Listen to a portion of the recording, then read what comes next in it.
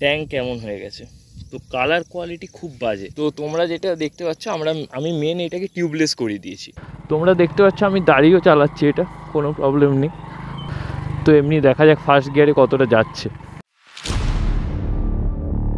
Hi friends, welcome to my channel missing throttle. তো নিয়ে চলে এসেছি আর একটা নতুন ভিডিও তোমাদের সঙ্গে শেয়ার করব বলে। তো আজকে আমাদের সঙ্গে আছে হিরো সুপার স্প্লেন্ডার, যেটা 2017 সালে কেনা হয়েছিল। আমার বাবা এই বাইকটা কিনেছিল এবং 2017 সাল থেকে 2024 সাল অবধি আমি এই বাইকটা চালাচ্ছি। তো এর মধ্যে কেনার পর আমি অনেক প্রবলেম ফেস করেছিলাম। তারপর আমি এতে অনেক রোড ট্রিপ করেছি।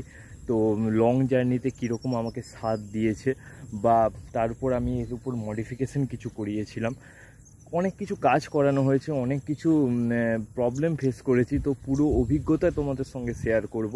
তো চ্যানেলে নতুন হলে অবশ্যই লাইক, শেয়ার, কমেন্ট এবং সাবস্ক্রাইব করে দেবে। আর তোমরা অবশ্যই আমাকে কমেন্ট করে বলতে পারো তোমরা কোন বাইকের ভিডিও দেখতে চাও। আর তোমরা অবশ্যই জানো আমি হান্টার ওন করি। তো তোমরা হান্টার আমি প্রায় 6 মাসের মতো চালিয়ে নিয়েছি। তো তোমরা যদি হান্টারের ওপর কোনো রিভিউ দেখতে চাও তো সেটাও আমাকে কমেন্টে জানাতে পারো, আমি অবশ্যই নিয়ে আসবো। তো চলো ভিডিওটা শুরু করা যাক। তো বন্ধুরা, নিয়ে চলে এসেছি হিরো সুপার স্প্লেন্ডার। এটা হচ্ছে 2017 সালের বাইক, তোমরা দেখতে পারো। এটা 30,962, মানে প্রায় 31,000-এর কাছাকাছি চলে গেছে। আর এটা হচ্ছে ফুল এর মিটার কনসোল। তোমরা সুইচের কোয়ালিটি দেখতে পারো, এখনও অবধি ইনটেক আছে পুরো সব কিছু সুইচ। তোমরা 2017 সালের বাইক দেখতে পাচ্ছ, 7 বছর হয়ে গেছে, তবু বাইকের কন্ডিশন তোমরা নিজের চোখে দেখতে পারো। এমন নয় যে চলেনি, 30,000 কিলোমিটারের কাছাকাছি চলে গেছে বাইকটা। 30,000 মানে একটা হিউজ অ্যামাউন্ট বাইকের। 124.7 সিসির, 125 কিন্তু 124.7 সিসির ইঞ্জিন। আর হচ্ছে এটার পাওয়ার হচ্ছে 10.9 বিএইচপি পাওয়ার, আর 11 newton meter torque. That's enough. 11 newton meter torque, 10.9 BHP power, 125 CC সেগমেন্টের বাইকে, দ্যাটস এনাফ। এর গ্রাউন্ড ক্লিয়ারেন্স আছে 150 mm, গ্রাউন্ড ক্লিয়ারেন্স 150 mm। আর এর সিট হাইট হচ্ছে 785 mm।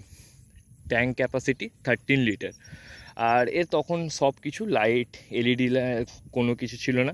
Halogen set up, bulb halogen হচ্ছে সামনে, ইন্ডিকেটার হ্যালোজেন, রিয়ার সেকশনে হ্যালোজেন লাইট, পুরোটা হ্যালোজেন। তো এটা টেলিস্কোপিক সাসপেনশন, তো তোমরা দেখতে পারো এটা টেলিস্কোপিক সাসপেনশন ছিল। আর তারপর আমি যেটা তোমাদের সঙ্গে এখন শেয়ার করব, এই বাইকটা নিয়ে আমার কি প্রবলেম ফিল হয়েছে। তো আমি ফার্স্টে, অনেকে বলে আমার এটা ভালো লেগেছে, খারাপ লেগেছে, ফার্স্টে ভালোর দিকটা বলে। তো আমি ফার্স্টে শেয়ার করছি যে আমার বাইকটা কেনার পর কি প্রবলেম ফিল হয়েছিল। বাইকটা কিনেছিলাম আমি 2017 সালের এপ্রিল মাসে, ঠিক আছে।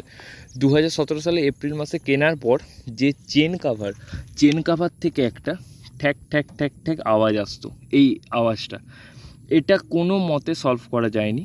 তো এটা আমি যখন শোরুমে দেখাতে নিয়ে গেছিলাম, ওরা চেনটা বারবার টাইট করে দিত, কিন্তু তারপরও সেম প্রবলেম ফিল হতো, কোনো মতে সারানো যায়নি। তো আমাকে একজন আইডিয়া দিয়েছিল যে এইটা সুপার স্প্লেন্ডারের চেনটা এরকমই আওয়াজ করতে থাকে, তো এইটা চেঞ্জ করে পালসার 125-এর যে চেন হয় মোটা, ওই চেনটা ইউজ করতে। তো সারপ্রাইজলি ওটা ইউজ করার পর কোনো আওয়াজ নাই, লিটারালি কোনো আওয়াজ থাকেনি। ওই চেন জাস্ট ওই চেঞ্জ করে পালসারের চেন ইউজ করেছিলাম, ওটার পর কোনো প্রবলেম থাকেনি। ট্রাভেলিংয়ের সময়, সেই সময় গাড়ির যেটা সাসপেনশন ওটা খুব হার্ড ছিল, মানে কোথাও যদি গর্তে পড়ে যেত বা কোথাও মানে যেতে যেতে খারাপ রাস্তা চলে আসতো, তাহলে তোমার পুরো ব্যাক পেন করিয়ে দিত।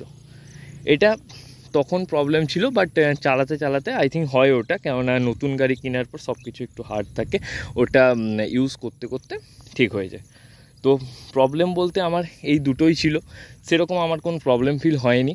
তো বলতে পারো আমার অভিজ্ঞতা অনেকটা কম ছিল, হতে পারে, বাট সেরকম আমি কোনো প্রবলেম ফিল করতে পারিনি। তো আর ভালো দিক বলতে, এক নম্বর মাইলেজ 55 to 60 kmpl মাইলেজ দিত। স্টেবিলিটি খুব সুন্দর ছিল, 125 সিসির বাইক হওয়া সত্ত্বেও স্টেবিলিটি খুব ভালো। তারপর আস্তে আস্তে তোমাদের যেটা বললাম সাসপেনশনের যেই দিকটা, ওটা আস্তে আস্তে অনেকটা ঠিক হয়ে গেছিলো। সাসপেনশন পুরোপুরি এখন ঠিক আছে। তো আমি তোমাদের এই বিষয়ে আরেকটা কথা বলছি, এর যে সাসপেনশন আছে এখনের এসপি 125-এর যে সাসপেনশন, তোমরা আমার ভিডিওটা দেখেছো অবশ্য, যারা দেখোনি অবশ্যই দেখে নেবে, চ্যানেলে আছে। এসপি 125-এর সাসপেনশন যেটা রিয়ার সাসপেনশন, ওটা খুব খারাপ। তো ওটা নতুন গাড়ি বলে হতে পারে, বাট আস্তে আস্তে আই থিঙ্ক ঠিক হয়ে যেতে পারে ওটাও। তো আমি যেহেতু নতুন গাড়িরই রিভিউ করেছিলাম, প্রায় ওইটাও করেছিলাম কিছু মাস, 1 মাস আগে, প্রায় 4-5 মাস হয়ে গেছিলো, তারপরেও ওরকম ছিল হার্ড। দেখা যাক আস্তে আস্তে তোমাদের সঙ্গে আরেকটা শেয়ার করব ওর ভিডিও। তো তারপর হচ্ছে ভালোর বলতে তোমার এই জিনিসটা আমি সেইবার ফার্স্ট দেখেছিলাম i3s এর সুইচ। i3s এর সুইচটা হচ্ছে যখন তুমি ট্রাফিকের মধ্যে দাঁড়িয়ে আছো, অনেকে ভাববে এটা ইঞ্জিন কিল সুইচ, বাট তা না, এটা হচ্ছে i3s এর সুইচ। তো তোমরা যখন ট্রাফিকের মধ্যে দাঁড়িয়ে আছো, অনেক লম্বা ট্রাফিক আছে, তোমরা এরকম স্টার্ট দেওয়া আছে গাড়ি, ট্রাফিকের মধ্যে দাঁড়িয়ে আছো, তোমরা যদি নিউট্রাল করে দাও আর এই সুইচটা যদি দেওয়া থাকে, তোমাদের অটোমেটিক গাড়ি বন্ধ হয়ে যাবে। তেল সাশ্রয়ের জন্য এইটা করা হয়েছিল তখন, তো খুব ভালো লেগেছিলো আমার লিটারেলি। আর এর হচ্ছে তোমার যেটা মিটার কনসোল, ওটা ফুললি অ্যানালগ আছে, এটা অ্যানালগ মিটার আছে। ফিউল রেঞ্জ যেটা দেখাচ্ছে অ্যানালগ মিটার। আর এখানে আমি পেয়ে যাচ্ছি ট্রিপ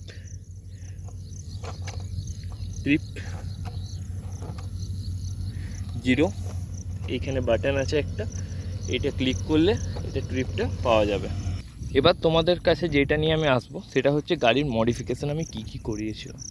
গাড়ির যেহেতু 2017 থেকে 2024 সাল অবধি হয়ে গেছে, তো দীর্ঘ 7 বছরে আমি যেই ফিলটা করেছিলাম পাংচার আমি যখন যেখানে যেতাম, গাড়ির যদি পাংচার হতো, যেহেতু টিউবযুক্ত টায়ার আছে, এগুলো অ্যালয় হুইলস বা টিউবযুক্ত টায়ার ছিল তখন, টিউবলেস যেটা ছিল আমার টিউবযুক্ত টায়ার, ওটাকে আমি টিউবলেস টায়ারে কনভার্ট করিয়েছিলাম।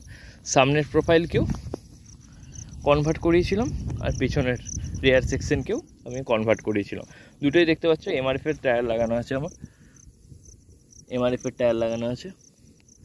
আর এই টায়ারটা কস্ট পড়েছে 1800 টাকা। রেয়ার সেকশনটা 2000, সামনের হচ্ছে প্রোফাইলটা 1800 টাকা। দুটো লাগিয়েছিলাম আমি, আদারওয়াইজ আর কোনো কাজ করানো হয়নি গাড়িতে। আমাকে লাইট ইমপ্রুভমেন্ট করতে হবে, কারণ এই লাইট ভিজিবিলিটি বহুত কমে গেছে। তোমরা দেখতে পাচ্ছ এখানে কাঁচটাও নষ্ট হয়ে গেছে।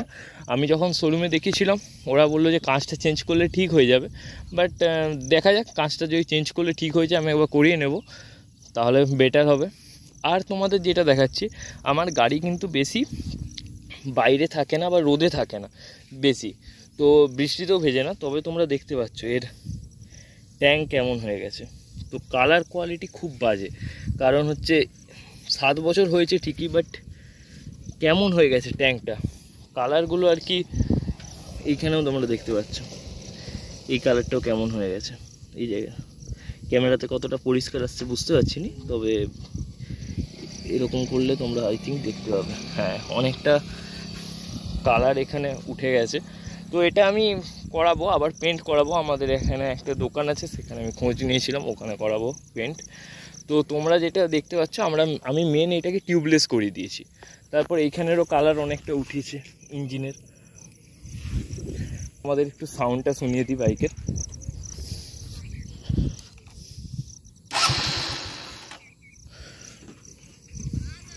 বাইকের সাউন্ডটা তোমাদের একবার শুনিয়ে দিই।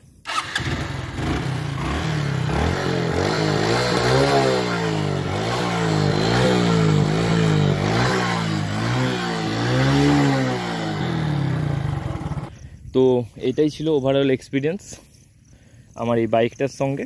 তাহলে তোমরা এবার আমরা সেটআপে চলে আসি, এবার তোমাদের চালিয়ে আমি দেখিয়ে দিই কেমন কি পারফরমেন্স আছে। এখনও অবধি 7 বছরের বাইক হয়ে গেছে, তবু কীরকম পারফরমেন্স আছে সেটা তোমাদের সামনে তুলে ধরছি। তো চলো সেটআপে আসা যাক। তো বন্ধুরা, পুরো আমি সেটআপে চলে এসেছি তোমাদের সামনে। তো এটা দেখতে পাচ্ছ মিটার কনসোল। তো এইটা কিক স্টার্ট ছিল, প্লাস হচ্ছে সেলফ স্টার্ট। অবভিয়াসলি আগের গাড়িতে সব এরকমই ছিল। তো চলো কিক মেরে স্টার্ট করা যাক। এক কিকে স্টার্ট, 7 বছরের গাড়ি। তো ফুল মেনটেনেন্স করে রাখলে যে কোনো গাড়ি চালানো যাবে। তোমরা দেখতে পাচ্ছ আমি দাঁড়িয়েও চালাচ্ছি, এটা কোনো প্রবলেম নেই।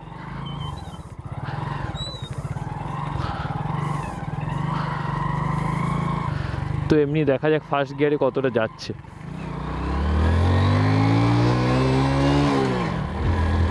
তো তোমরা দেখতে পাচ্ছ এখনো হিঁচকা মারছে, মানে এখনের ভালো ভালো গাড়িকে পিছনে ছেড়ে দেবে। আমি তো তোমাকে বলছি এখনের ভালো ভালো গাড়িকে এরা পিছনে ছেড়ে দেবে, কেননা এমন পাওয়ার আছে এটা। তারপর 11 নিউটন মিটার টর্কও আছে।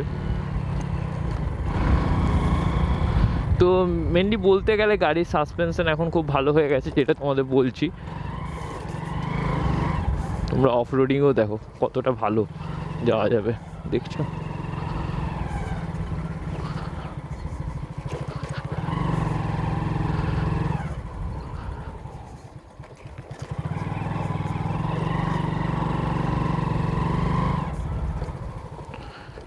দেখো লুক এট দিস, পুরো অফ রোডিং ক্যাপাবিলিটি কতটা ভালো এখনো অবধি বাইকটা। হ্যান্ডেলিং খুব সুন্দর, স্মুথ। গাড়ির সাসপেনশনও এখন খুব ভালো, হ্যান্ডেলিং ভালো। তো এটা নিয়ে আমি গেছিলাম পুরুলিয়া, ট্যুর করে এসেছিলাম। এই বাইকটার কথাই তোমাদের বলতাম, এই বাইক নিয়ে আমি পুরুলিয়া ট্যুর করে এসেছিলাম দুজন। তোমরা আমার পাথরার ভিডিওতে দেখেছো, পঞ্চকে বেথিয়ার ভিডিওতে দেখেছো। তো ওর সাথেই গেছিলাম, আমরা দুজনে গেছিলাম। তো এই বাইকটা নিয়ে পুরুলিয়া ট্যুর করে এসেছিলাম। তো কোনো প্রবলেম হয়নি, লিটারালি কোনো প্রবলেম হয়নি। মাঝখানে একবার চেনটা টাইট করিয়েছিলাম। আরও এটা নিয়ে আমার ইন ফিউচার অনেক ট্যুর করার প্ল্যান আছে। 125 সিসি সেগমেন্টের বাইক নিয়ে আমাদের গ্রুপে অনেকেরই 125 সিসি সেগমেন্টের বাইক আছে। তো তাদের সঙ্গে আমি ভেবেছি 125 সিসি সেগমেন্টের বাইক নিয়ে একবার ট্যুর করা যাক। R15 দারুণ লাগে আমার বাইকটা, কেননা এটা আগের মডেল। তো এতে তোমরা দেখতে পাচ্ছ অতটা সামনের দিকে লিন হয়ে চালাতে হচ্ছে না এটা, কেননা এখনের যে বাইকগুলো অনেকটা শুয়ে এরকম করে জাস্ট চালাতে হয়। তো এটা অনেকটা আপরাইট পজিশন আছে হ্যান্ডেল বারটা, তো সুবিধা সেটাই। তোমাদের এটা আমি অফ রোডিং চালিয়ে দেখাচ্ছি। তোমরা এখানেও দেখতে পাচ্ছ মিটারে, তোমরা স্পষ্ট দেখতে পাবে এখানেও আমি 35-40-এ চালাচ্ছি। তো তোমরা এর থেকে বুঝতেই পারছো কতটা স্মুথ আছে বাইকটা। আর তোমরা আওয়াজটাও শুনতে পাচ্ছ বাইকটার, তো অনেকটাই ভালো। ব্রেকিং যেহেতু তোমাদের একটা আমি বলছি, ব্রেকিংয়ে দুটোই হচ্ছে সামনের প্রোফাইল, রেয়ার সেকশন দুটাই হচ্ছে ড্রাম ব্রেক। তো ড্রাম ব্রেকের জন্য অতটা ব্রেকিংটা ভালো নয়, কারণ হচ্ছে স্কিড করে চাকা। ইনস্ট্যান্ট যদি ব্রেক মারা হয় তো পিছনের চাকা স্কিড করে প্রচুর পরিমাণে। তো এরকম আমার সঙ্গে অনেকবারই হয়ে গেছে, এই সামনের চাকা পিছনের চাকা স্কিড করা জিনিসটা, কারণ আমি দেখেছি এটা প্রচুর পরিমাণে স্কিড করে জায়গাটা। তো এইটাই একটা ফল্ট আছে গাড়িটার। 125 সিসি এখনের বাইকগুলো কি করেছে, সামনের প্রোফাইলে ডিস দিয়েছে, পিছনের ড্রাম, সেটাও ভয়ঙ্কর জিনিস। আমার যেটা তোমরা শুনেছো অভিষেকের মুখে যে ওরকম দেওয়ায় আরও স্কিড করার চান্স বেশি থাকে। তবে দেখতে পাচ্ছ আওয়াজ, এই জিনিসটা তোমরা যখন ব্রেকটা মারছি চাকা স্কিড করছে। তো এটা আমি তোমাদের সঙ্গে শেয়ার করলাম জাস্ট মেরে, যে কেমন হচ্ছে যদি আমি ইনস্ট্যান্ট কেউ সামনে চলে আসে ব্রেক মারি, তো ওই আওয়াজটা হচ্ছে। তবে আমি কি করি, সামনের ব্রেক আর পিছনের ব্রেক যখন একসঙ্গে মেরে দিই তখন অতটা স্কিড করে না।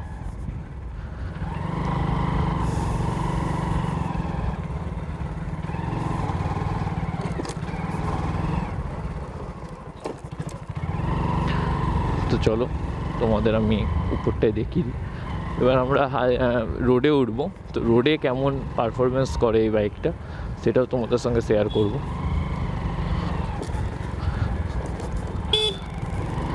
এটা ম্যানিপুলেট করা, চালানো খুব ইজি, হ্যান্ডেলিং খুব স্মুথ এটার।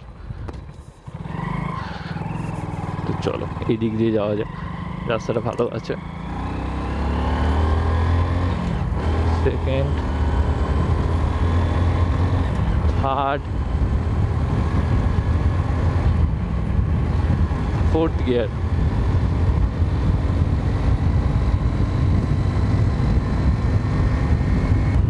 তাও তোমরা পিক আপ দেখতে পাচ্ছ, যে এটা আমি এসপি যখন চালিয়েছিলাম ওটার এখনও স্পিড টেস্ট করিনি, তোমাদের করে দেখাবো।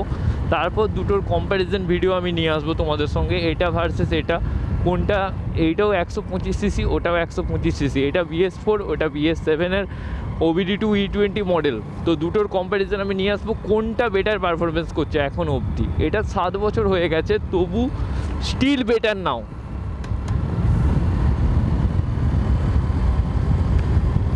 তো ওভারঅল এক্সপিরিয়েন্স আমার খুব ভালো, 7 বছর ধরে আমি এই গাড়িটা চালাচ্ছি, ওভারঅল এক্সপিরিয়েন্স আমার খুবই ভালো।